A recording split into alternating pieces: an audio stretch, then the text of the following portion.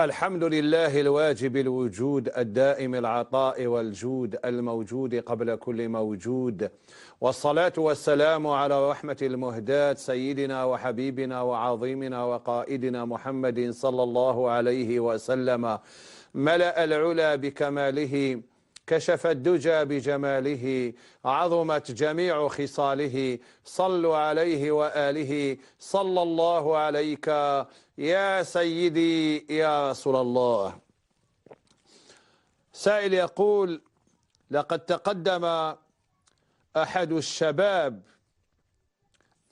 وأنا أعرفه جيدا يطلب يد أختي للزواج من والدي، وأنا رفضته لأنني أعرف عنه أنه مجرم بامتياز.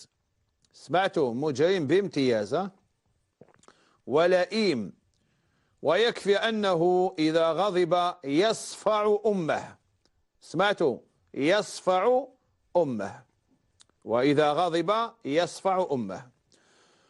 ولكن أختي قاطعتني بسببه، وهي لا تكلمني منذ 12 سنة، رغم أنها تزوجت بعد ذلك وهي سعيدة في حياتها، لكنها لا تكلمني بسبب أني رفضت هذا الشاب الصايع المايع.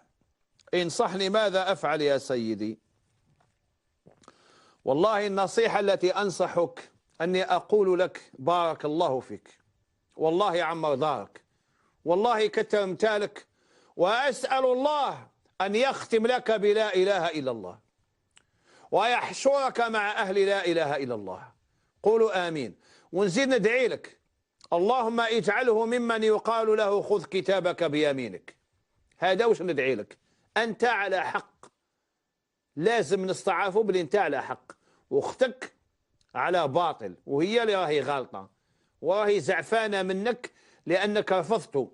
وأنت تعرف لهذا يضرب أمه. الأم اللي ربي يجعل الجنة تحت رجليها، الجنة تحت رجليها. لازم نديروا اليوم العالمي لتقبيل أرجل الأمهات، اليوم العالمي لتقبيل أرجل الأمهات. هذا الأم يعطيها بالكف، يضربها ويجي لكم يقول جيت نناسبكم، وانت تعرفوا حقيقة، وهذه من النصيحة. كيف تسكت؟ ما لا انت تسكت وتخلي بابك يوافق عليه وانت تعرف باللي يضرب أمه. لو سكت يحاسبك ربي، يحاسبك ربي، لأنك ما نصحتش الأخت تاعك، والدين النصيحة وراك سكت. والنبي صلى الله عليه وسلم يقول: الساكت عن الحق شيطان أخرس. وانت راك تشوف باللي هذا رجل ظالم، وكيف تسكت وما تنصحش بابك ويماك وما تقولهمش الحقيقة؟ مالا انت لما تدخلت لأنك تغير ودي أختك، وهذا يصيبك ما أصابها من معرة، ويصيبك ما أصابها من فضائل. غدوة كي تتزوج أختك أو يولي نسيبك، يعني ماهيش قضية بسيطة، يولي نسيبك، يولي يدخل عندكم للدار، يرقد عندكم، يتعشى معاكم، يشوف المحارم نتاعكم، يشوف خواتاتها. فكيف تسمح أنت لرجل يضرب يماه بالكف؟ كيف تسمح له؟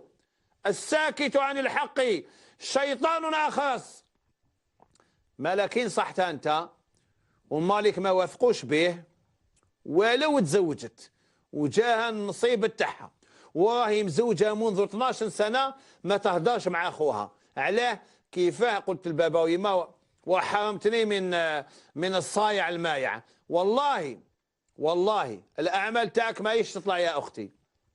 صيامك راهي حابس، صلاتك راهي حابسة، الشهادة تاعك راهي حابسة، صدقاتك راهي حابسة، أعمالك الصالحة راهي حابسة، حتى تروحي تتصالحي مع أخوك.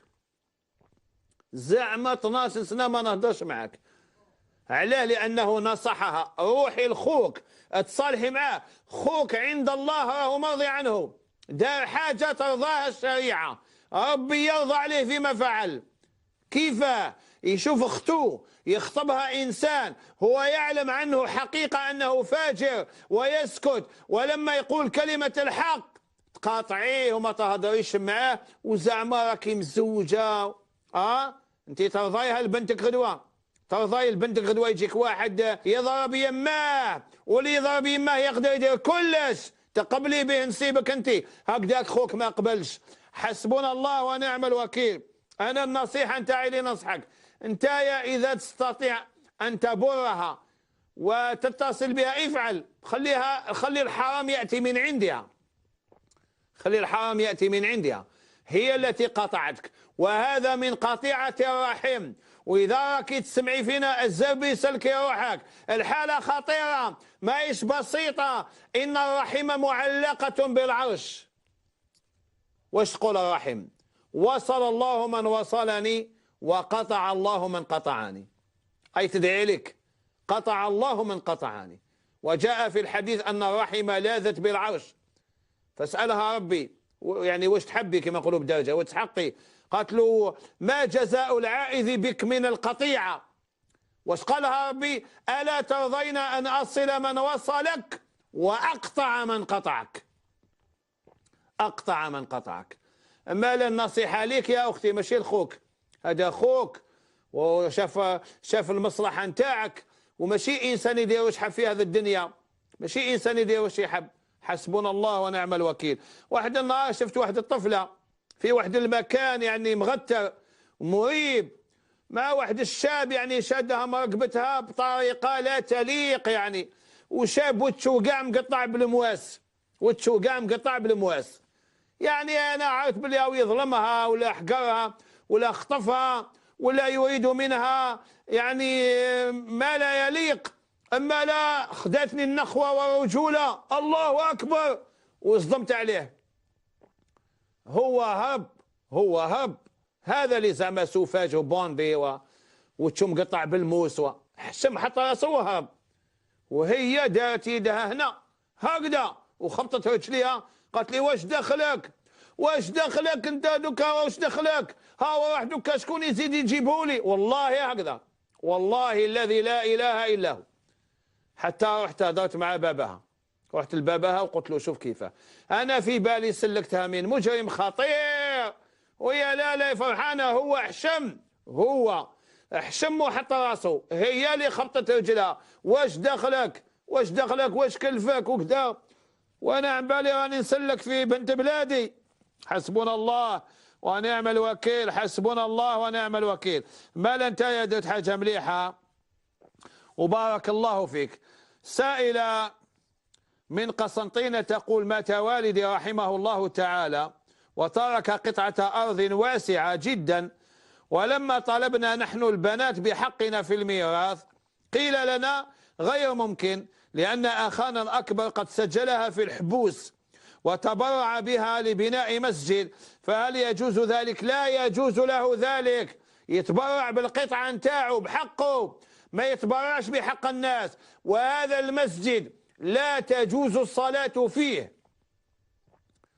باباكم مات خلى قطعة أرض واسعة، الواجب أن تقسم على الورثة، كل واحد يدي حقه، يدي حقيقة ماشي زعما قال الطفلة حشمت تدي حقها هكذا يديروا الحيلة، زعما هو يديهم هو بعد يقول لك على بالك البنات يحشموا يقولوا لخوهم اعطينا حقنا، ما كاشم يحشموا، تروح عند الموثق، كل وحده تدي حقها حقيقه، هاكي الورقه نتاعك، هاكي الورقه نتاعك، هاكي الورقه نتاعك، كل واحد لما ادى حقه تما قال يا اخواتاتي واش رايكم نبنيو جامع صدقه على بابانا، اذا حبوا بالرضا نتاعهم يمدوا الارض ولا جزء من الارض يجوز، اما يروح هو يتبرع بها للمسجد فلا يجوز. هذا اذا كان الخبر صحيح، وربما ما تبرعش بها للمسجد. حسبنا الله ونعم الوكيل، والسلام عليكم ورحمة الله وبركاته.